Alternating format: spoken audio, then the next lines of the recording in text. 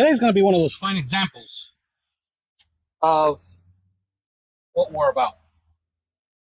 The fact that you can do what I'm about to do. This is a 2016 Lincoln MKZ, but what I'm about to embark on is something that many modern cars have underneath. So come join me and I'll show you what this is all about.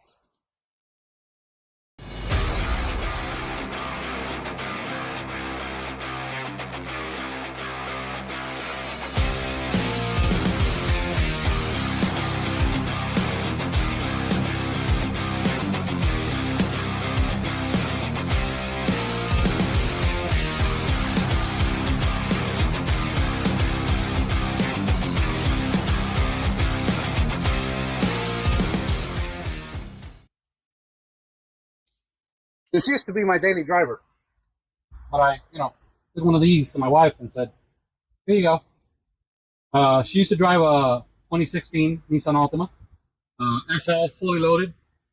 But I started hearing rumors that the transmissions tend to be a little weird. Car had 84,000 miles, and I've heard that after 90,000 miles, they start giving you issues. So I did the right thing and hot potato, here you go, give it to somebody else. We don't need that headache. We drive about 6,000 miles a year, 8,000 miles a year for our daily drivers because we kind of alternate with our other cars. So I was thinking in the next year, year and a half, I'm gonna have to deal with that, and I didn't want to deal with it. I recently drove the car because my wife actually got a flat tire and put it on the donut. I had the car parked here. Got home after work. I'm gonna go pick up the kids in this car with the donut. Not a big deal. And it wasn't a big deal. It was raining. I went through a puddle, and next thing you know, the plastic beauty cover that's underneath completely tore apart. I had to actually drive back home going, I don't know, like -8 miles an hour. At least that's what it felt like.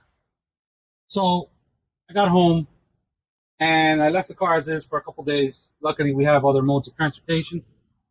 On the donut, I couldn't put the car up on the ramp, which you guys can't see, but this is up on the ramp. And it also has a car jack. But I couldn't get it up on the ramp because the ramp is too tall. And I remembered, I've got the Ford Focus ST wheels that I used to, have on this car. Let me throw one of these wheels on so it'll gain the height that I need. So, gain the height, put it up on the ramp, and I addressed the issue. I did notice that there was a metal, I don't know what to call it, to be honest with you. It's some sort of a metal shield that's in the middle of the car that was kind of bent out of shape. I didn't think much of it, other than this must have happened at some point. Look, I'm not going to bore you to death. The point is, that also happened that day with the car. Today, I'm going to take it off and not do what a lot of you do. That's what we're here for. What I don't want you to do is I don't want you to hear a noise coming from underneath your car and automatically say, I'm going to take it to the dealership or I'm going to take it to the mechanic because it's a noise. No, you can actually inspect it, see what it is, and address it. So let's kick it to high gear. Let me take you downstairs so I can show you what I'm talking about. Let's see if this works. I'm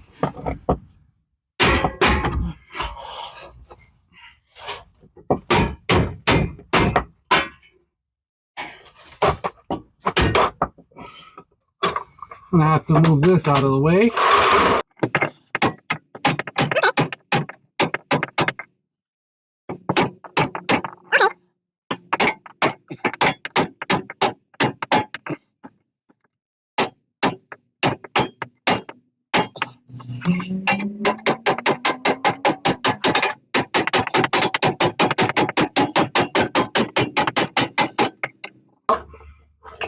Bob Ross was right after all.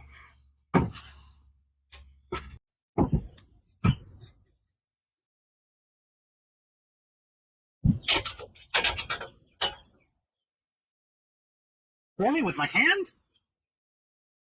Not even the drill? Jeez, man. Come on.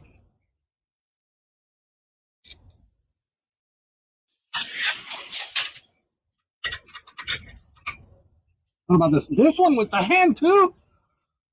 No wonder this fell off. Ah, I'm telling you.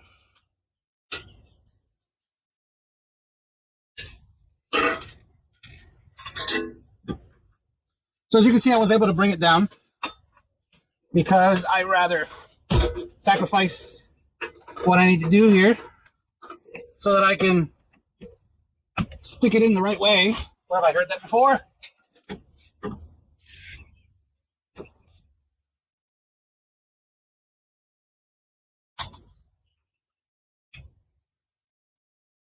There's the other one.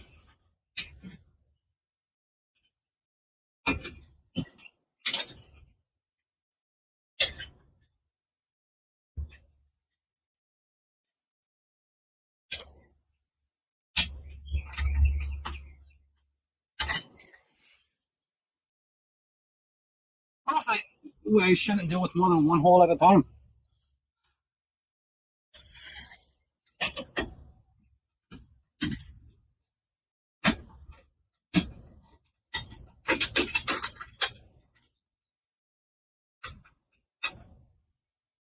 All right. Now I am gonna tighten them up a little bit. Oh God, I can't see what I'm doing.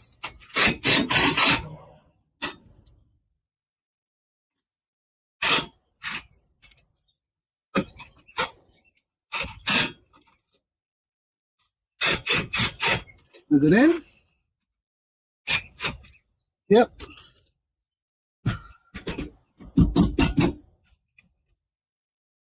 Now the problem with here is that there's nothing to grab onto, which is probably why this aluminum plate fell.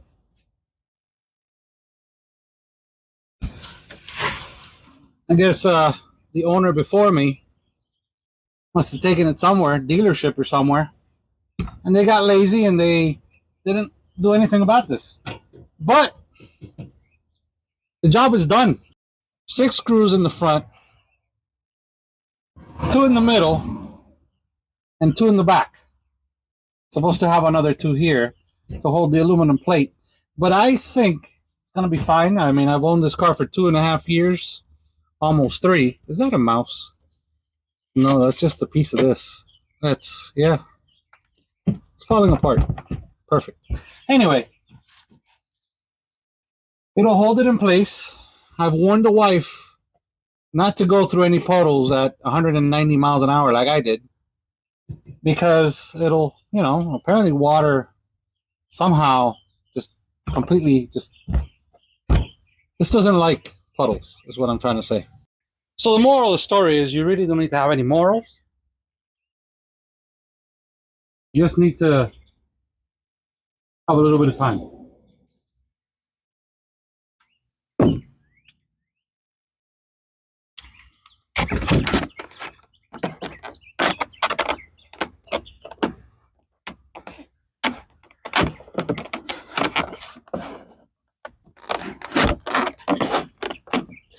Like a glove.